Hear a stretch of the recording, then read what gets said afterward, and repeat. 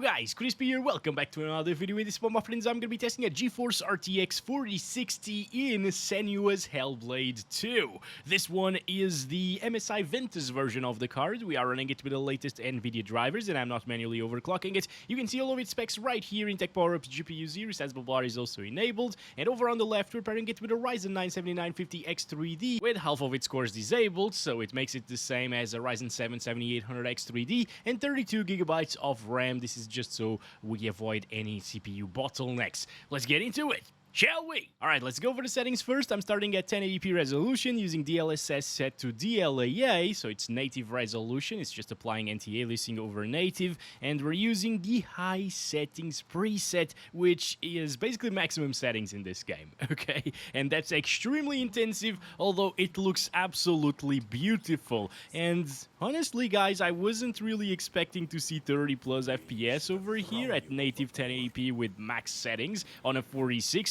Since what we saw with the 3060 was absolutely terrible. But yeah, it seems like the 4060 is capable enough of achieving 30 plus, at least in this little area right here, which isn't really the most intensive area. It's just a more beautiful one that I found so far. Now, given that we're getting lower 30s, mid 30s most of the time here, that means that at least at the beginning of the game, when you crash your boat and stuff like that, maybe this is spoilers, I don't know, probably not, it's the first thing that happens in the game, okay? But yeah, when that happens, it does drop a ton of FPS, and that happened with the RTX 4080 Super as well. It's where I tested that card, basically. So it would definitely drop into the 20s, guys. Don't think that it will get 30 plus 100% of the time. It's still impressive that it can do it here in this scenario, but as you can see right there, as the cutscene comes to an end, it does drop to 28 sometimes, and even lower than that. Like the 4080 was also getting like 30, 35, maybe even 40 FPS after the first cutscene, and in that first cutscene it dropped to 19 frames per second.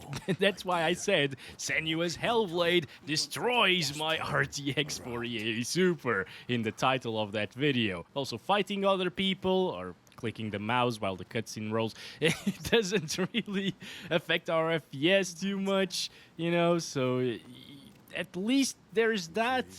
But again, in some cutscenes it can drop like crazy. Not sure if I mentioned it yet, but as you can clearly see, I removed the black bars, which also improve FPS by quite a lot if you enable them, and they come enabled by default. You gotta go into config files to change that. Over here, look at that, 27, 28 frames per second. It's dropping quite a lot more, so it's wrecked at this point, right? Like, yeah, the 3060 was a disappointment in this game, and well, the 4060 is obviously a disappointment as well. Again, I was just surprised to see 35 at the beginning there, but yeah, it is still playable because of the linearity of the game, and it's basically a movie, you know, but it is very crappy indeed of an experience. Let's just check out the cutscene. Okay, well, this one also drops like crazy, as you can see, 26, 27. I'm just gonna exit now and load the other area so we can take a look at the beginning, basically, of the story. Alright, you know what? This is still decent-ish. It's still 30 plus, right? I mean, I thought it would get drops into like the low 20s, but it will, so stay tuned in. I started counting the FPS recently as well. You can see it's already in the 20s, very much into the 20s, mid-20s as well. There is Senua right there. And yeah, it is what it is. It is a cutscene with motion blurs and stuff like that, so it's kind of a movie, once again, right? And it's also like 5 to 7 hours long, the game itself, so again, kind of movie length, I guess. Maybe future movie length, because movies these days are getting very, very big. 3 hours plus and stuff. Maybe in 10 years they will be 5 hours plus, just like this game. Anyway, it didn't really drop by all that much, only to like 24 frames per second, which is the cinematic frame rate, so there's that. It's not absolutely terrible, once again, considering the graphics, considering the engine, considering how intensive the game is, and that we're using nanite, lumen, ray tracing enables, and so on. Yeah, a 4060 should do better, but I mean, we're playing on maximum settings, one of the most beautiful games that we've seen so far, so kind of understandable, right? I can't be too mad at the performance in this title because of that. Alright, we're finally here, getting those 20s. I mean, it went up to the 30s actually, not terrible. It's kind of performing like the 4080 Super at 4K, but this is 1080p resolution. Very interesting. Alright, I'm gonna stop it there. Once again, we're walking at the moment, so I'm gonna enable frame generation. I'm curious to see if it actually stutters with frame generation enabled, because we only have 8 GB of VRAM with this card. Maybe it will swap some things into the RAM and start stuttering, but at the same time, this game has some very beautiful textures, but it doesn't consume a ton of VRAM. That's a very good thing about it, right? It's one of the most beautiful games, and it doesn't need 12 gigabytes of VRAM to run properly at maximum settings. With frame generation, it will still drop into like the 40s at times, especially in those initial cutscenes and other cutscenes along the way. But yeah, as you can see, we can actually get 50 to 60 frames per second while we're playing the game, or while we're pressing W and F for her to climb okay, and walk. So yeah, that's pretty much all you do. You fight some enemies sometimes, but it's kind of playable in a way, even with frame generation below 60 FPS, because the added input lag is not too obnoxious given how the game plays. Okay, so I usually say that you should aim for 75 plus FPS with frame generation enabled, because that adds a lot of input lag, right? But in this game, it just doesn't matter as much. So I think I would actually choose to enable frame generation if I was playing at 1080p high settings with the RTX 4060. It's a good experience like this. Well, it's an alright, it's an acceptable experience like this.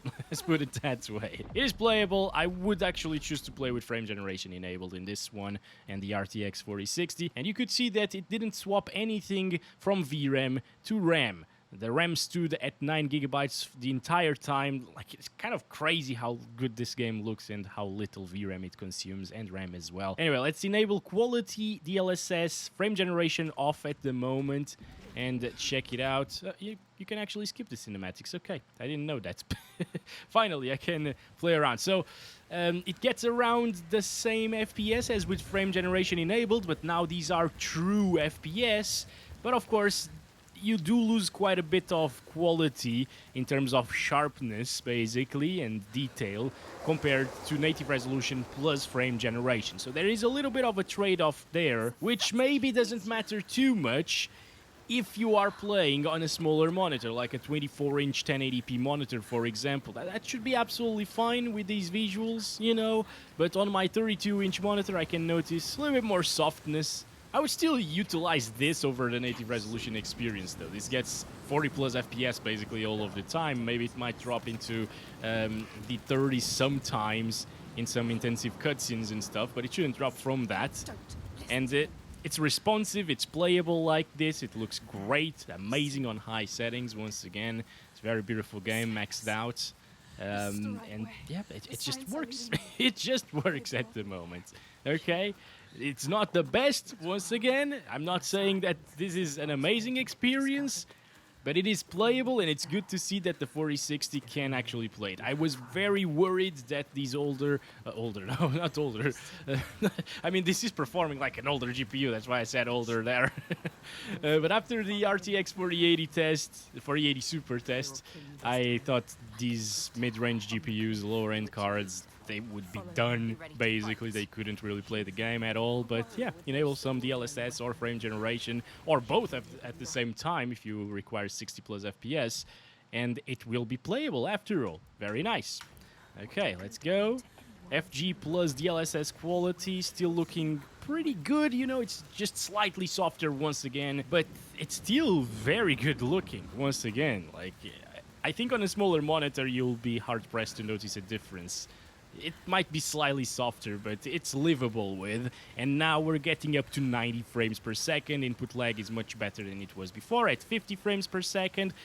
doesn't matter too much again, but hey, it is an improvement after all, and it's starting to become quite smooth, you know. On a high refresh rate panel, you will notice those 80, 90 frames per second better than a 60 Hz panel, of course, which will only show you 60 FPS. So this is definitely an acceptable experience.